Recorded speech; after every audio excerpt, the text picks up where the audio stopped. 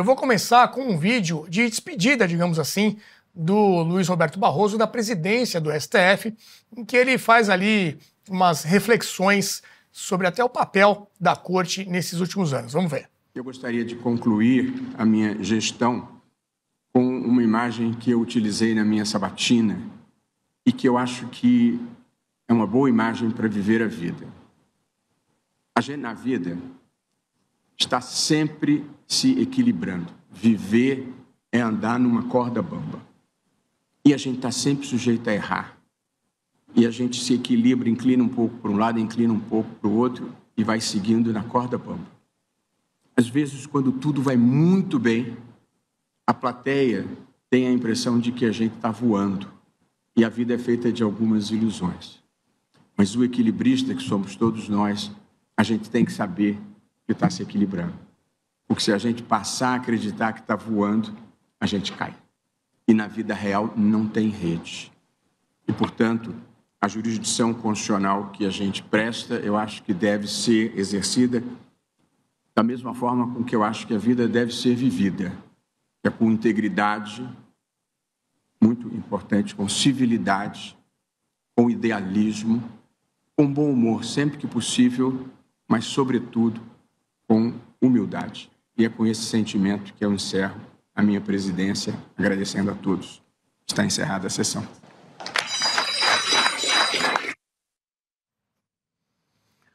Ô Lobauer, palavras bonitas ali do Barroso, né? Uma reflexão, falando do equilibrista e terminando com a humildade, ressaltando humildade. Parece meio abatido, né? Tem dado entrevistas também nos últimos dias, a gente vai mostrar aqui também alguns trechos. Mas o que dá para dizer aí do legado dessa presidência do Barroso nos últimos anos no Supremo? Olha, eu acho que as palavras foram muito bonitas, pena que não se aplicam nem ao orador, muito menos à conjuntura que nós estamos vivendo nos últimos, pelo menos os 2 anos em que ele foi presidente da entidade, né, da organização, da instituição. Eu acho bem difícil de crer nas palavras do ministro Barroso. Acho que ele foi muito parcial em uma série de decisões que tomou. Acho que ele foi explícito em algumas passagens que são, desculpe a palavra um pouco forte, mas são vergonhosas, assim. Para ficar com uma mais recente, que foi a afirmação dele de antes do julgamento do ex-presidente Bolsonaro, ele dizer que eles iriam eliminar o radicalismo no Brasil. Quer dizer, ele antecipou o julgamento do ex-presidente. Eu não estou entrando no mérito, se deve, se não deve. O fato é que, sim, a esculhambação que virou o Supremo Tribunal tem, sim, uma mão do presidente e do senhor Barroso. Tem muitas passagens, é uma década de passagens em que ele demonstrou tudo menos isso que ele apresentou no texto. Humildade, ponderância, equilíbrio. Pelo contrário, ele foi explícito em várias passagens.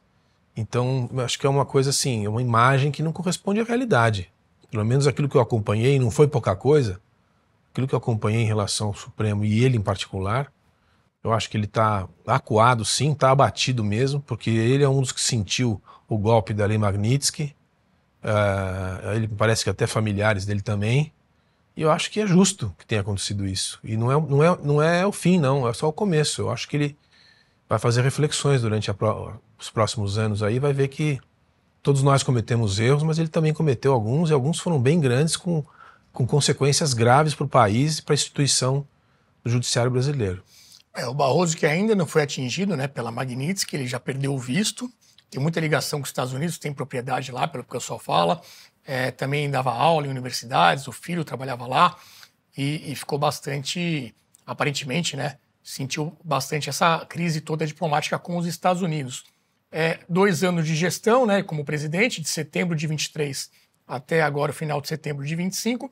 Entre os julgamentos com mais impacto que a gente selecionou aqui, aquele de responsabilidade civil das plataformas digitais, após a tentativa daquele PL, né, das fake news, que a oposição chamava de PL da censura, não passou no Congresso, o STF acabou julgando ali um tema a esse respeito.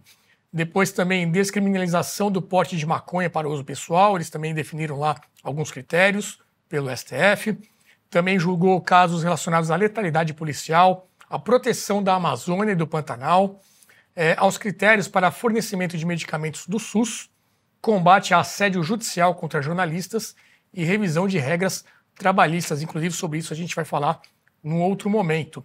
Luiz Felipe de Orleans e Bragança chegou aqui aos nossos estúdios também para participar. Antes de continuar, eu quero pedir o seu like aqui para você também mandar sua pergunta, compartilhar com os amigos e familiares para a gente poder alcançar mais pessoas. Luiz Felipe, chegando ao fim esse mandato do Barroso como presidente, muita gente até cogitando se ele pode se aposentar. Ele falou agora numa entrevista que vai fazer uma reflexão, um retiro espiritual para depois definir o seu futuro. Isso daria mais uma indicação para o Lula, né? Tem que pensar nisso também. Como é que você avalia aí essa saída do Barroso? Olha, eu acho que seria um movimento mais digno dele pessoalmente do que fazer, considerando a consciência do que se transformou o STF. Perguntar para qualquer um dos ministros: ministros, vocês concordam que uma parcela da população acha que vocês violaram a Constituição, violaram o devido processo legal, até criaram leis e exorbitaram das suas competências? Eles sabem disso? Eles têm consciência que uma parcela da população brasileira, bem grande, acredita que eles violaram a Constituição, fragilizaram o judiciário e, de fato, agiram contra o devido processo legal e as próprias leis. Será que eles sabem disso?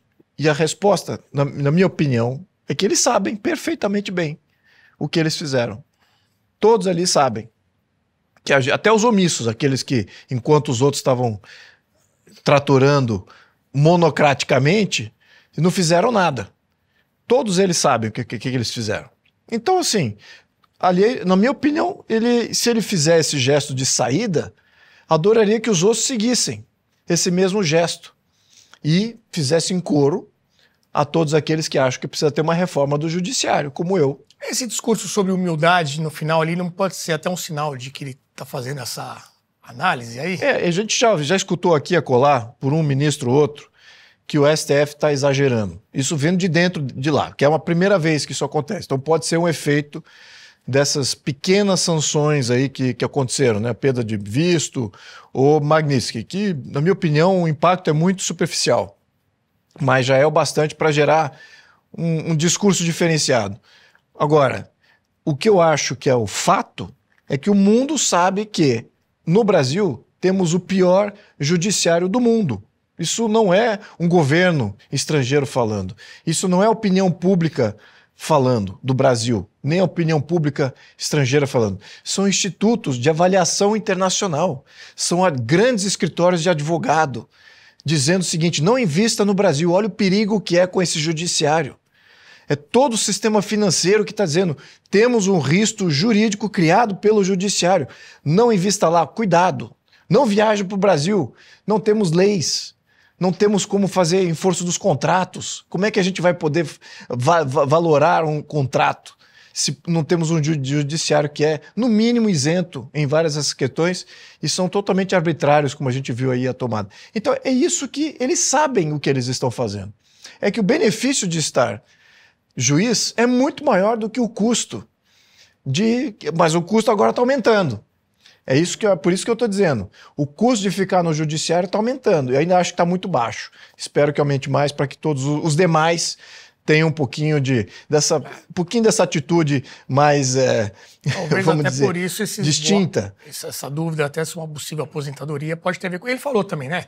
Custo familiar, tem que andar com segurança, os filhos também incomodados e tudo mais, pode pesar numa possível decisão.